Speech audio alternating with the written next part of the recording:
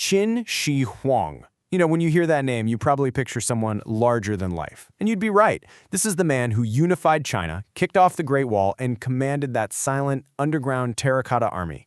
But he's also known as a brutal, ruthless tyrant. And he was a man obsessed with one single epic goal: building an empire that would last forever. So let's just pause on that for a second. How do you build an empire that lasts forever? Really think about it. This one question drove his entire life. It was behind every conquest, every law, every single brutal decision. This wasn't just about power for his own lifetime. No, this was about creating a kind of permanence that no one had ever even dared to imagine before. And his plan? Well, it was unbelievably ambitious. He figured that to make his empire eternal, he couldn't just conquer other kingdoms. He had to conquer chaos itself, he had to conquer death, and he had to conquer time. It was like a three-front war against the very laws of nature, and we're going to break down exactly how he tried to do it. Okay, so first up, chaos. His strategy here was to create a new kind of order, a single, unified empire that was held together by the iron grip of the law. But this wasn't just any old legal system. Oh no, this was a machine designed with brutal and meticulous precision. For hundreds of years, that's pretty much all we knew. Historians all seem to agree the Qin dynasty was just a reign of terror, run by a system of arbitrary cruelty. The laws, they were just seen as another tool to crush people. But it turns out that wasn't the whole story. And then in 1975, everything changed. Archaeologists were excavating the tomb of a Qin official, a guy named Shi, who died way back in 217 BC. And get this, he had himself buried with his legal books, thousands of bamboo slips that detailed the actual laws and cases of the empire. For the very first time, we had a direct, unfiltered look into how the Qin legal system really worked. And what these slips showed was, honestly, a shock. Take a look at this. The old reputation was arbitrary cruelty, but the slips revealed careful legal reasoning. What we thought was mindless brutality was actually a system concerned with things like criminal intent. The idea of one punishment fits all? Nope. They found measured differences in how people were treated based on their rank. This was a seriously complex bureaucratic machine. And this is where it gets really fascinating, the little details. For example, if you stole a goat, you were legally responsible for the goat, but not for the rope you used to drag it away, because your intent was for the animal. Or how about this?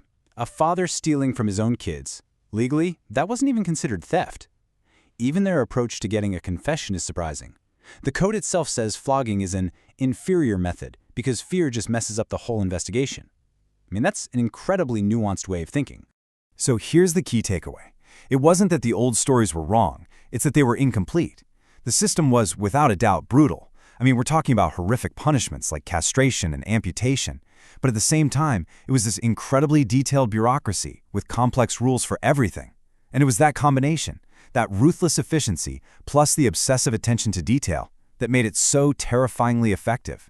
So he had a plan for chaos on Earth. He felt like he'd conquered that. But the Emperor's second Great War, that was a private one. It was a battle against his own mortality. He was terrified of death, of the great unknown, and that fear pushed him into one of the most obsessive quests in all of human history. And you've got to appreciate the irony here. Here's a guy who micromanaged an entire empire, a man who standardized everything from the currency to the width of an axle on a cart, and yet he was completely powerless against the one thing he couldn't control, his own body. So this drove him on a desperate search for the mythical elixir of life, a potion he believed would make him immortal.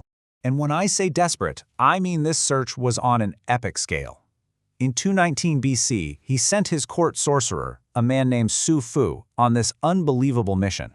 Just picture this. A massive fleet carrying 3,000 boys and 3,000 girls, sailing off into the ocean to find a mythical mountain. Years go by, Su Fu comes back empty-handed, and he blames a giant sea monster. And the emperor's response? He doesn't execute him. He gives him a bunch of archers and tells him to go try again. Su Fu sails off, is never seen again, and the emperor dies that very same year. But this wasn't just some crazy side project. No. Recent discoveries of ancient wooden slips show that the emperor issued an actual executive order for a nationwide search for the elixir. And we have the replies. We have the memos. One village wrote back saying, basically, "So sorry, haven't found a magic potion yet, but we'll keep looking." Another place wrote in suggesting, hey, maybe try this herb from our local mountain. This was a full-blown, state-run, bureaucratic project to cheat death. And this, right here, is the ultimate tragic irony of his story. His goal was the elixir of life. The suspected reality? Most historians believe that the elixirs he was drinking to try and live forever were packed with mercury. The very thing he did to escape death was almost certainly the thing that poisoned him and killed him. So his war against death in this world was a total failure. That left him with his third and most audacious strategy of all. If he couldn't live forever on this earth, well, then he would just build himself an eternal empire in the next one. He was going to conquer death by literally recreating his entire world underground. The sheer scale of this is it's almost impossible to wrap your head around. Let's start with this number, 56. 56 square kilometers. That's the size of the whole tomb complex. That's not a grave, that's a subterranean city, bigger than a lot of modern cities. And the human cost to build this was just staggering. The ancient historian Sima Qian tells us that over 700,000 laborers, many of them prisoners, worked for nearly 40 years to build this underground palace, an entire generation's worth of work to build a city for one dead man. Now, we've all seen the pictures of the Terracotta Army. It's incredible. 8,000 life-size soldiers, archers, horses, every single one with a unique face, all lined up for battle. But here's the most important thing to remember. That amazing army? They're just the security guards. They're on the outside. They're just protecting the main event, which is the central tomb that to this day has never been opened. For centuries, the descriptions of what's inside that tomb have sounded like pure fantasy. Sima Qian wrote that it has a complete map of the empire, with the major rivers and even the ocean recreated with liquid mercury, all flowing mechanically, under a ceiling covered in pearls to look like the night sky. Sounds like a crazy legend, right? Well, here's the unbelievable part. Modern scientific tests on the soil all around the tomb have found mercury levels up to 100 times higher than normal. Those ancient stories, they might actually be true. And that is a huge reason why no one has dared to open it. So the emperor built this massive empire of law, he chased after eternal life, he built a literal underworld kingdom, but his most enduring creation, his real claim to building something that would last forever, wasn't any of those things. It wasn't made of clay or stone, it was a political idea. Because, in the end, his quest for physical immortality was a spectacular failure. His dynasty collapsed just 3 years after he died, a total flop. But the political structure he designed, the actual blueprint for how to run a huge, unified territory with absolute power, that didn't die. In fact, it became the foundation for more than 2,000 years of imperial rule in China. Scholars have a name for this, his true legacy. They call it the Qin Han polity. The best way to think of it is like the political DNA he created. The Han dynasty, which came right after the Qin, basically took his system, but they tweaked it to make it last.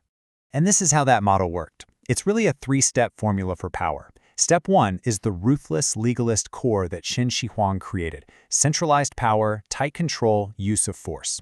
But the Han figured out that pure force is fragile. So they added step 2, a soft, moral Confucian coding. This covered up the harsh reality and presented the ruler as a kind, fatherly figure.